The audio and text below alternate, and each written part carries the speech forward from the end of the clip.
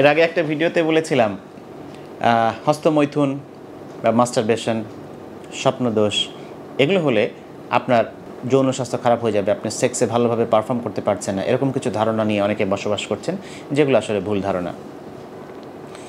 এবং অনেকটা ওই রকমই ধারণার বশবর্তী হয়ে অনেকেই বলেন যে আমার পেনিসের সাইজ তো ছোট হয়ে গেছে। আমি আগে অনেক খারাপ অভ্যাস ছিল আমার কাছে এসে বলেন যে কারণে আমার পেনিসের সাইজটা ছোটো, বা অথবা খারাপ অভ্যাস থাকুক বা নাই থাকুক আমার পেনিসের সাইজ ছোট। অধিকাংশ পুরুষ বা পুরুষদের মধ্যে একটি বড় অংশ মনে করেন যে আমার পেনিসের সাইজটা অ্যাডিকুয়েট না বা ছোট, এটাকে কেমনে বড় করা যায়। এখন আসলে পেনিসের সাইজ আদর্শ কোনটা? আদর্শ বলে কি আদৌ কিছু আছে? অথবা পেনিসের সাইজ সর্বনিম্ন কতটুকু হলে এটা চলবে, বা সর্বোচ্চ কতটুকুই বা হতে পারে? এই প্রশ্নগুলো অনেকের মনে ঘুরপাক খায়, এসে বলেন, তখন আমি ব্যাখ্যা দিই। তো এইটা আমার মনে হয় একটা ভিডিও করি, জনসচেতনতায় এটা অনেকটা ভালো ভূমিকা রাখবে। কারণ এইটা নিয়ে এত বেশি টেন্স থাকেন মানুষজন, এত বেশি বিচলিত থাকেন, এই টেনশনেই তাদের সেক্সের পারফরমেন্স খারাপ হয়ে যায়, যে আমার সাইজটা মনে হয় ছোট, আমি মনে হয় ভালোভাবে পারফর্ম করতে পারছি না, আমার ওয়াইফ মনে হয় খুশি হচ্ছে না। সবার আগে একটু বলি, পেনিসের সাইজ এক এক দেশে, এক এক অঞ্চলে, এক এক রাষ্ট্রে এক এক রকম হতে পারে, জাতিভেদে এক এক রকম হতে পারে, তাই স্বাভাবিক। একজন আমেরিকান বা একজন ইউরোপিয়ান বা একজন আফ্রিকান মানুষ, তিনি লম্বায় আপনার থেকে কত বড়, উচ্চতায় বা হাইটে, তো তার পেনিস তো বড় হবে, এটাই স্বাভাবিক। কারণ আপনারা অনেকেই যেটা করেন যে বিভিন্ন পর্ণ ছবিতে দেখেন বা বিভিন্ন জায়গায় দেখেন, দেখে ভাবেন যে এই যে ওনার পেনিসটা, ওই লোকের পেনিসটা এত বড়, আমার পেনিসটা এত ছোট, আমি দুর্বল, আমি তো কিছুই পারছি না বা পারবো না। বিষয়টি মোটেই তা নয়, একদমই তা নয়। আমি একদম গবেষণার কথা বলছি, আমি আমার মনের কথা বলছি না। গবেষণার যেটা দেখা গেছে যে আমেরিকান বা ইউরোপিয়ান যাদের হাইট অনেক বেশি, যে 6 ফিট বা 6 ফিট প্লাস এরকম সাধারণত ওনারা হয়ে থাকেন, তাদের পেনিসের সাইজ বলা হয়ে থাকে অ্যাভারেজে 3.5 ইঞ্চি বা 9 সেন্টিমিটার। 3.5 ইঞ্চি বা 9 সেন্টিমিটার। তো আপনি একটু কল্পনা করে দেখুন, এটা কিন্তু তাদের সাইজ বলছি আমি, নন ইরেক্ট অবস্থায়, অর্থাৎ পেনিসটা শক্ত না থাকা অবস্থায়, স্বাভাবিক অবস্থায় এতটুকু। আর ইরেক্টেড অবস্থায় এই সাইজটা হচ্ছে 5 থেকে 7 ইঞ্চি বা 13 থেকে 18 সেন্টিমিটার। এটা ওনাদের কথা বলছি, আমাদের হিসাব আমাদের কাছে, ওনাদের হিসাব ওনাদের কাছে, ওনাদের সাথে কম্পেয়ার করলে আমাদের দরকার নাই। কারণ আপনার পার্টনার তো আর আমেরিকান ইউরোপিয়ান না, আপনার পার্টনার তো আপনার বাংলাদেশি, তাই না? সো এবার আমি বাংলাদেশি, ইন্ডিয়ান ওনাদের পেনিসের সাইজ সম্পর্কে একটু বলি। ইন্ডিয়ান, বাংলাদেশি এই অঞ্চলের মানুষদের পেনিসের সাইজ সম্পর্কে জানতে গেলে যেটা আপনাকে আমি একটু বলি, সেটা হচ্ছে যে 2 থেকে 3 ইঞ্চি নর্মাল অবস্থায়, উত্থান অবস্থায় না, স্বাভাবিক অবস্থায় এটির সাইজ হচ্ছে 2 থেকে 3 ইঞ্চি। আর যখন উত্তেজিত হবে পেনিস, তখন উত্তেজিত অবস্থায় এই পেনিসের সাইজ অবশ্যই নর্মাল অবস্থা থেকে বড় হবে। আর উত্তেজিত অবস্থায় এটি 5 থেকে 7 ইঞ্চি পর্যন্ত হতে পারে, আর এটির সেন্টিমিটারে বলতে গেলে 8 সেন্টিমিটার থেকে 18 সেন্টিমিটার পর্যন্ত হতে পারে, এই সহজ হিসাব। এইবার কথা হচ্ছে যে পেনিস আকৃতির দিক থেকে চিন্তা করলে 2 রকমের হতে পারে। একটা হচ্ছে আমরা বলি গ্রোয়ার পেনিস, একটা বলি শোয়ার পেনিস। কিছু পেনিস আছে যেগুলো হচ্ছে যে এই নর্মালি খুব ছোট থাকে, কোচকানো থাকে এবং মানে ভীষণ ছোট সাইজের থাকে, যেটা আসলে মানুষকে বেশি টেনশনে ফেলে দেয় যে আমার তো পেনিস এত ছোট কেন। নর্মালি এরকম থাকে, উত্তেজিত অবস্থায় বড় হয়। এই পেনিসগুলোকে বলা হয় গ্রোয়ার পেনিস।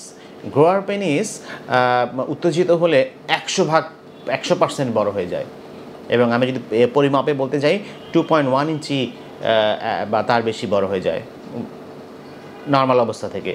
আরেকটা পেনিস আছে শোয়ার পেনিস, দেখতে বড়, নর্মাল অবস্থায় একটু বড়ই থাকে, উত্তেজিত না, নর্মাল অবস্থায় বড় থাকে। কিন্তু মজার বিষয় হচ্ছে তাদের পেনিসটা যখন উত্তেজিত হয়, যখন তারা সেক্স করতে যান বা উত্তেজিত কিছু চিন্তা করেন, তখন যে অতটা বড় হয় না, কিন্তু তখন ওই বলা হয় যে 1.5 ইঞ্চির কম বড় হয়। তার মানে তাদের পেনিসটা হচ্ছে যে নর্মাল অবস্থায় যেরকম, উত্তেজিত অবস্থাও একই সাইজ। কাজেই আপনি হয়তো বা কখনো কোনোভাবে কোথাও কোনো ওয়াশরুমে বা কোনোভাবে চোখ না চাইতেও চলে গেছে বা কোথাও দেখছেন যে নর্মাল অবস্থায় একজন মানুষের পেনিস এত বড়, তার মানে তার উত্তেজিত অবস্থায় আরও বড় হবে। আমারটা তো খুবই ছোট, আমার তাহলে কি হবে?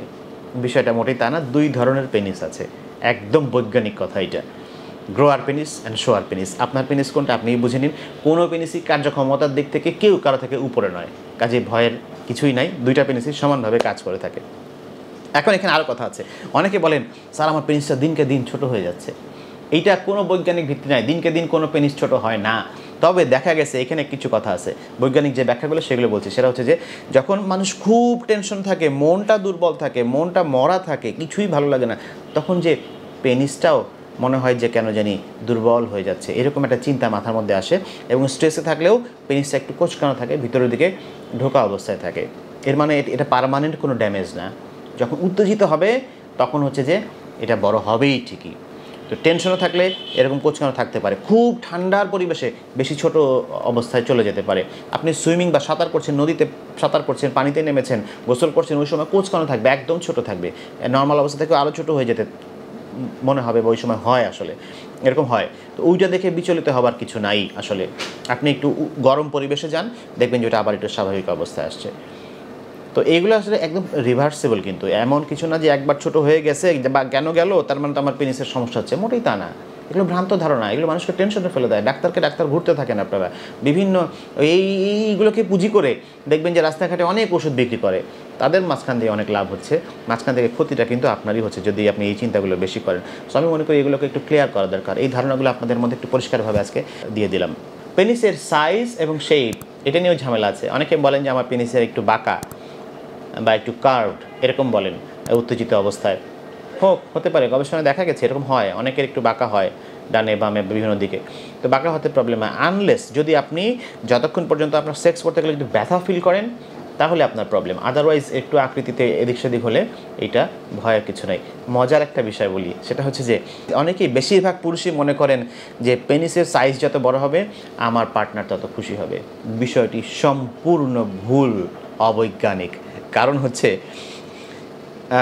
মহিলাদের বা আপনার পার্টনারের যে যোনিপথ, যে ভ্যাজাইনা আমরা বলি, যেখান দিয়ে আপনি পেনিসটা প্রবেশ করাচ্ছেন সেক্সুয়াল ইন্টারকোর্সের সময়, সেই যোনিপথের বাইরের দিকে 3/1 অংশে সমস্ত নার্ভগুলো এসে, নার্ভের সংবেদনশীলতা সবচেয়ে বেশি থাকে, ওই অংশটুকু সবচাইতে সেন্সিটিভ।